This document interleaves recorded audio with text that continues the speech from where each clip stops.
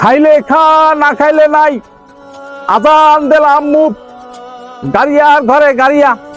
এই বছর মাহে রমজান মাস, এই রহমতের মাসে ব্যাপক পরিমাণে এই ভিডিওটা ভাইরাল। আসলে কি এটা কি ঠিক?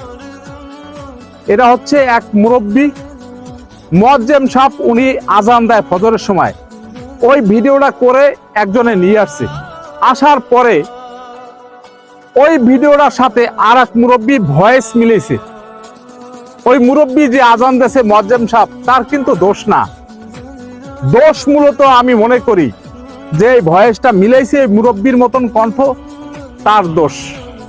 এই বিবেচনা হচ্ছে আপনাদের হাতে, আমি কিছু বলবো না। এই জাতীয় কিছু লোক আছে, কিন্তু আমাদের দেশে আছে।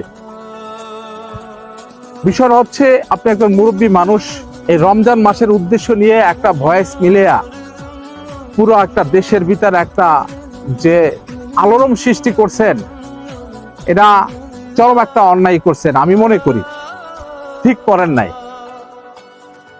তো কোথায় আছেন আপনি আর আমি কোথায় আছি বলেন? ভাইরাল হওয়ার জন্য মানুষ কত না কিছু করে বলেন, তাই না? একটা মাহে রমজান মাস, এই পবিত্র মাস, এই মাস যে কতটা ফজিলতের একটা মাস, সেই মাসটারও কিন্তু ছাড় দেয় না মানুষ।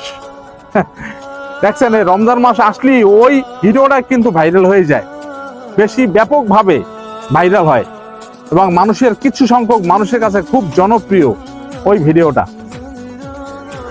খুবই একটা জেন্টলম্যান দেখলাম, তার একটা আইডিতে ঢুকে দেখলাম ওই ভিডিওটা ছাড়ছে। তাহলে আমাদের বিবেক কতদূর নিচে নামছে বলেন? কতটা নিচে? এটা ভাষায় প্রকাশ করার মতন না। এখন যুগের তালে আমরাও দেখি, আমরা মজা নিই, আমরাও মজা নিই। তো আমার এই ভিডিওটা যদি ভালো লাগে শেয়ার করে দিবেন, মানুষে দেখুক। এটা আমরা চরম অন্যায় কাজ করি, কিন্তু এই ইবাদতের মাসটাকে আমরা ইমানের সহিত প্রাধান্য দেওয়া উচিত বেশি।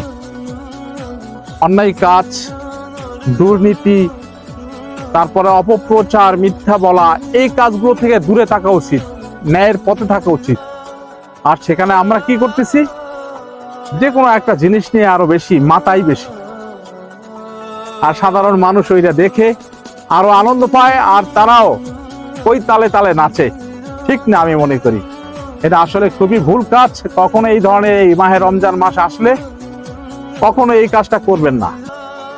এই কাজগুলো থেকে বিরত থাকার চেষ্টা করবেন, তাহলে সবাই ভালো থাকবে, আর আমরাও ভালো থাকতে পারবো, আর দেশের জনগণ সবাই ভালো থাকতে পারবে।